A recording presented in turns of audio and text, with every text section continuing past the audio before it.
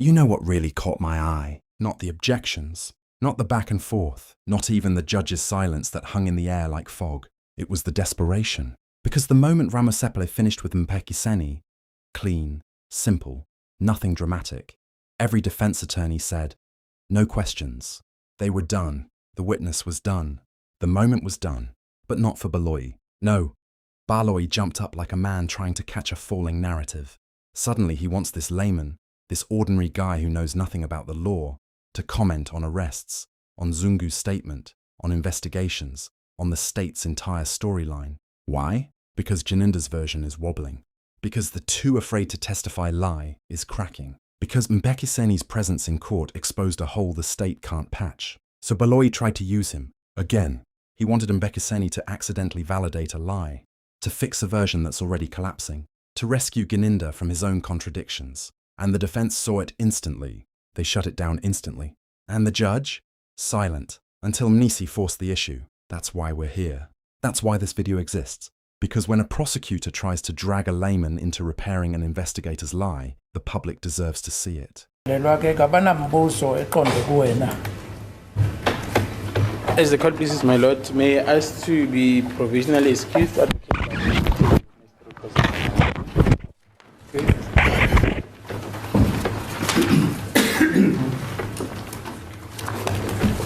Amagalike abeshushisi ke laba abamela umbuso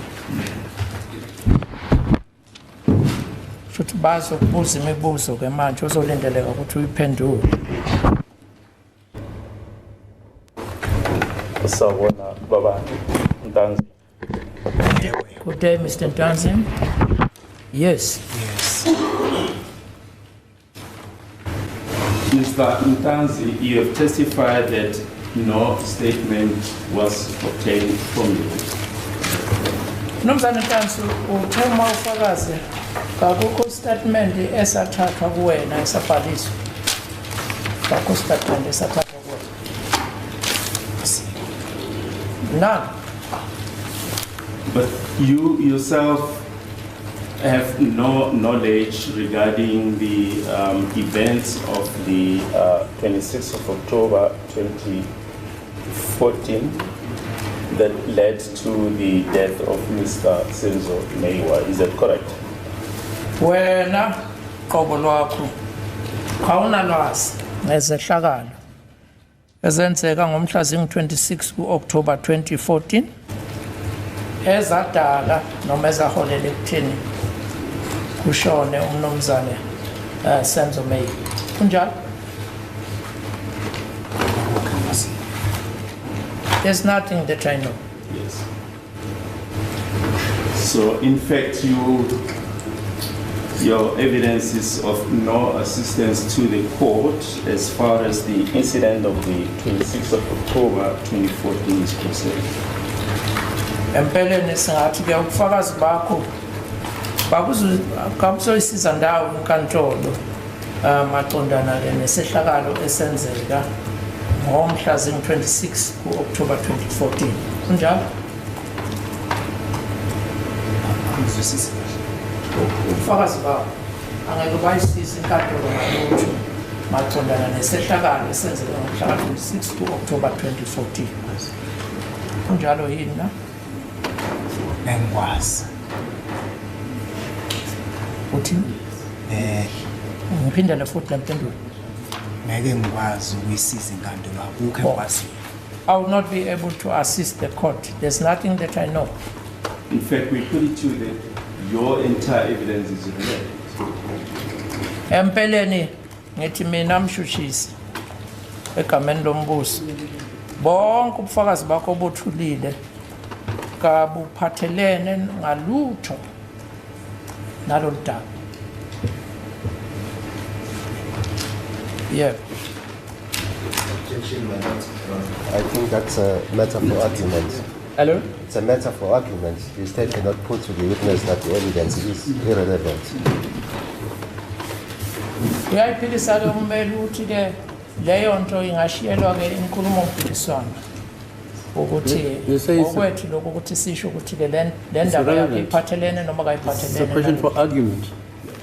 Well, you've just considered that you bear no knowledge regarding the incident of the 26th of October 2014. So we put it to you that your evidence is irrelevant as far as the incident itself is concerned.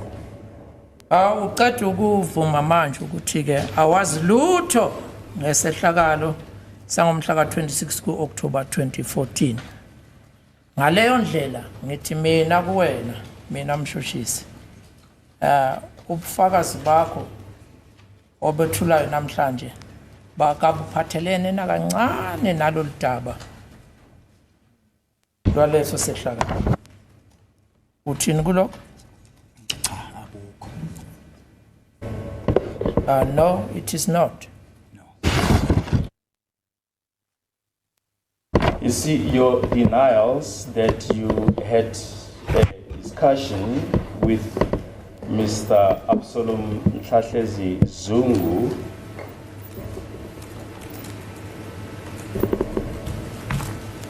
regarding the information that was imparted to you, it's a bit late in the day. Uyabona ke And we'll tell you why. ukuphika kwakho ke ngodaba leli luka lemininingwane okuthiwa wena uyitshene uAbsalom Mhlahlezi Zungu. Ngizosho ukuthi ke kahle kahle sekuyinto ke eshiwe isikhathi. Ngizokutshela ukuthi ngisho ngani.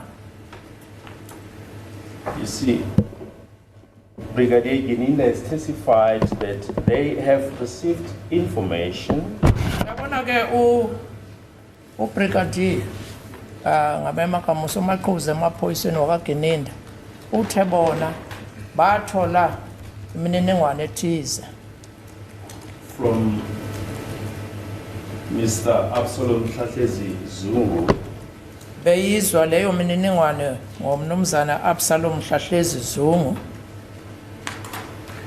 and a statement was then taken from him that is dated 17 November 2019, which serves as Exhibit U before this court. Base ke ngokuzwa leyo mininingwane ayishilo ke base ke abhalisa istatement besithatha kuyena bebhalisa yena uAbsalom Mhlahlezi Zungu. Statement ndini leso esubufakazi namhlanje phambi kwenkantolo sinikezwe inombolo ena OU abathathu. You do not know about the events that led to the taking down of the statement of Mr. Absalom Mhlahlezi Zungu, which says as Exhibit report. Wena kaunalwazi ke ngokwenzeka okwakuholele ekutheni kugcina kubhaliswa istatement sika Absalom Mhlahlezi Zungu. Kunjalo? Awunalwazi. I do not know. See, Brigadier Gininda testified that after receipt of the information that is contained in the statement Exhibit U, the statement of Absalom Mhlahlezi Zungu, they conducted their own investigation. Uyabona uthi ke uGininda iphoyisa leli lilungubrigadier ngemva kokuthi ke sebethole leyo mininingwane ebhaliswe uAbsalom Mhlahlezi Zungu baqhubekile bona ke bazenzela okwabo uphenyo ngalodaba. They profiled accused number 1, who's mentioned in the statement, as well as accused number 1 is Mr. Sibia, and they also profiled accused number 2, your brother, Mr. Ntanzi. Base ke bona ke babhalisa ke umangalo lokuqala phecelezi okungumangalo lokuqala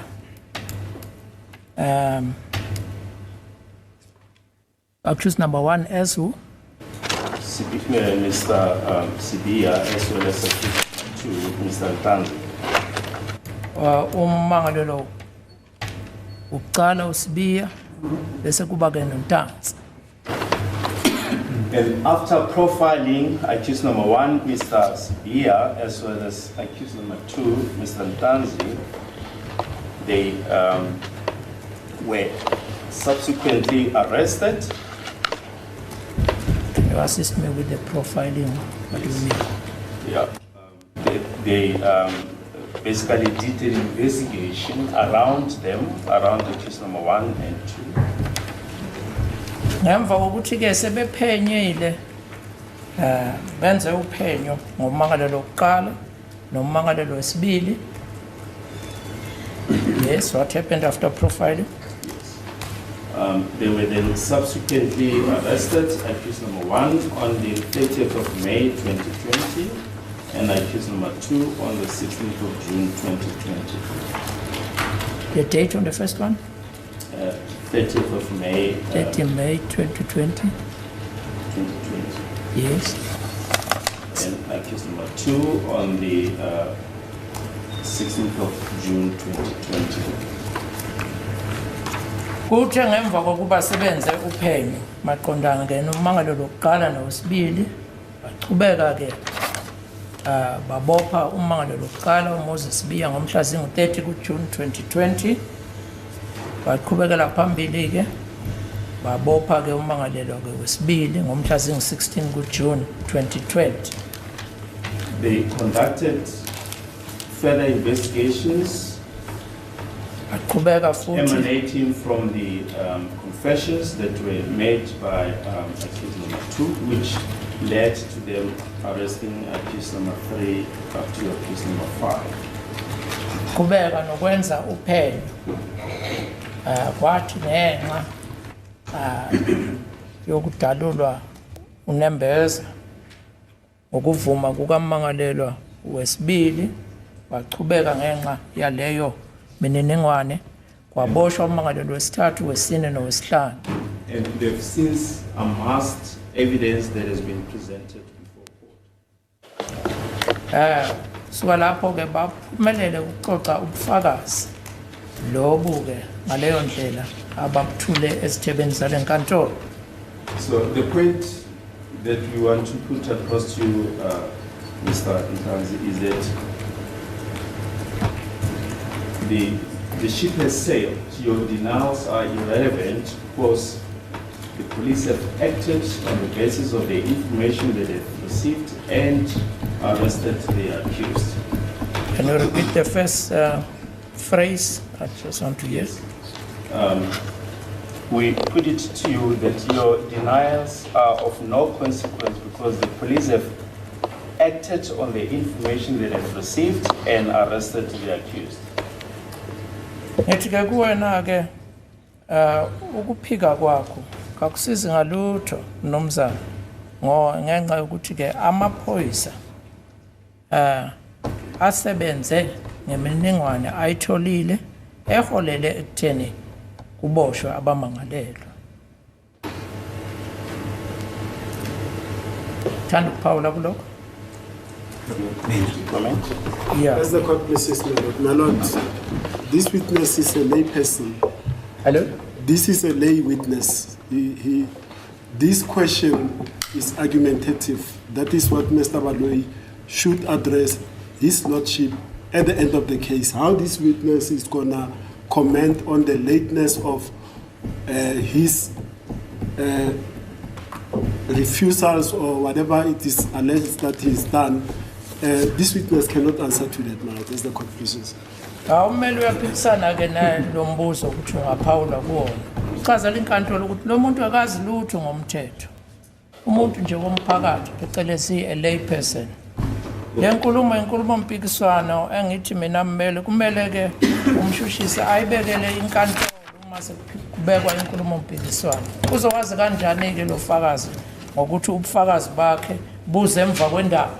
Well, Malak, we put it to the witness that his evidence irrelevant, and we are underscoring that point as to why we say his evidence is relevant. And I think it's only fair that he should be invited to comment on this proposition that we are positing to him. No, it's totally unfair. Mr. Ramusipil is just indicating here that this is a lay person. What is it that he knows about the implications of evidence that is relevant and evidence that is not relevant? That's a metaphor for the close of the case at the end of it all when both parties are arguing before the court. It's totally unfair for the state to say to this witness that your evidence is relevant, but we know the reason why we actually called him here for. That must be directed to us, not to him. Well, my lord, it's a very simple point. I must say the police have received information, they've acted on the information. That was already had objection, my lord. Now what's happening in this court? I told you if one person speaks, the other one must listen at least. Now you're both speaking. Waiting for the ruling from the court. Then the court. How will I rule when you are standing up and he's speaking, you are speaking? But there's been objection, my lord, up to 4 times, and the court is not ruling on that. He keeps on repeating the same thing that we're objecting on, and the court is silent on whether or not is a. Do you still have any our objections? My lord, we will give the point to that, my lord. Let's move on to the next point. Okwakwenzeka ke bamakalela ukuthi ke njengoba nizwa ke abameli babephikisana nokuthi le nkulumo mpikiswana ayingabekelwa umuntu ovamile phecelezi lay person ongazi lutho ongasiyena uchwepheshe kodwa ke umshushisi wayicacisa ukuthi engangikwenza ngangeseka kuphela inkulumo yami ethi ubufakazi bethulayo ufike emva kwendaba babuzosiza ngalutho kuleli cala. You saw it yourself. Baloyi wasn't seeking clarity. He was seeking cover. He wanted Mpekiseni to comment on things he has no legal training to interpret. Why? Because if Mpekiseni slipped, even by accident, the state would have spun it as, see, even he agrees with us. That's not questioning. That's not cross-examination. That's manufacturing consent through confusion. And the law is very clear. A witness cannot be asked to comment on legal conclusions, investigative decisions, or the validity of another person's statement. It's improper. It's misleading. It's a setup. And the defense knew it. They blocked it. They protected the witness from being used as a human band-aid for Gininda's contradictions. Because here's the truth. If your case is strong, you don't need a layman to fix it. If your version is solid, you don't need a witness to comment on arrests he had nothing to do with. And if your investigator told the truth, you don't need to drag a civilian into validating it. Baloyi's eagerness wasn't confidence, it was panic. And when a prosecutor starts panicking, you must ask yourself, what exactly are they trying to save? When the law starts bending to protect a lie, it's not justice, it's theatre. And Baloyi just proved who's writing the script. If you believe the courtroom should expose truth, not perform it, share this clip. Comment below. Was Baloyi defending justice or defending Gininda? Subscribe, because we're not done until the silence in that courtroom finally speaks. Thanks for watching, and I'll catch you on my next upload. I'm Skybridge. Goodbye.